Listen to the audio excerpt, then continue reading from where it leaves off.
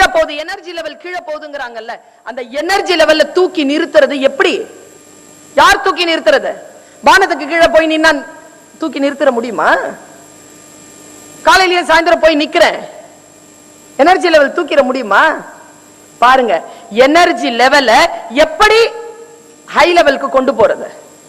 நான் ரொம்ப மன நொந்து ஒரு இடத்துல நின்னுட்டு இருந்தேங்க. என் தோழன் அவர் சொன்னார் என்கிட்ட, பர்வீன் என்ன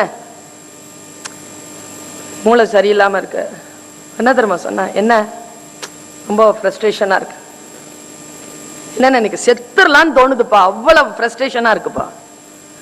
அந்த தோழன் என்கிட்ட ஒரு வார்த்தை சொன்னாங்க, பர்வீன், எவன் நம்மளை கொல்லணும்னு சுத்துறானோ அவனுக்கு முன்னால சாக கூடாது பர்வீன்.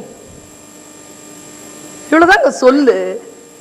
சாகலாம், எல்லாரும் சாகலாம், ஆனா எவன் நம்மளை கொல்லணும்னு சுத்துறானோ அவன் முன்னால சாகக்கூடாது. இந்த சொல்லு இருக்குல்ல, அது நம்மள மோட்டிவேட் பண்ணுது.